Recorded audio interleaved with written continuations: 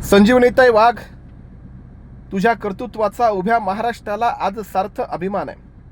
ज्या पद्धतीनं छत्रपती शिवाजी महाराजांची विटंबना होत असताना ज्या धैर्यानं तू लढलीस आणि गावातील गावगुंडांना आणि विकृत लोकांना त्यांची जागा दाखवलीस आणि छत्रपती शिवाजी महाराजांच्या स्मारकाला तू स्पर्शसुद्धा होऊ दिला नाहीस. स्वतःच्या अब्रूचा आणि स्वतःच्या इज्जतीचा सुद्धा विचार न करता ताई तू अतिशय धैर्यानं लढलीस.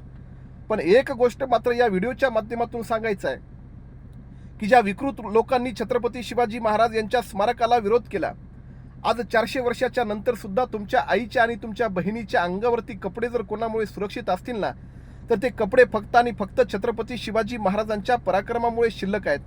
याचाच अर्थ छत्रपती शिवाजी महाराजांनी 400 वर्षापूर्वी जर तो पराक्रम केला नसता, तो इतिहास घडवला नसता, तर आज महाराष्ट्राच्या मातीतील 18 पगड जातीतील प्रत्येक मायमाऊल्यांची विटंबना आणि प्रत्येक मायमाऊल्यांची अब्रू अजूनही त्या ठिकाणी जशास तशी 400 वर्षापूर्वी जशी गेली तशी गेली असती.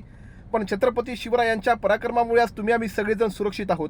स्वराज्यावर घाव घालाया जेव्हा जेव्हा गनिम आले, शिवरायाच्या स्पर्शाने तर गवताचेही भाले झाले आणि ज्या स्पर्शाने गवताचे भाले होऊन महाराष्ट्राच्या मातीतील 18 पगड जातीतील प्रत्येक मायमाऊलींच्या स्त्रियांचं आणि इज्जतीचं रक्षण झालं, त्याच महाराष्ट्रामध्ये 400 वर्षापूर्वी गणेश काकड, तुझ्या समाजातील 18 पगड जातीतील प्रत्येक मायमाऊलींचं सुद्धा रक्षण छत्रपती शिवाजी महाराजांनी केले रे बाबा.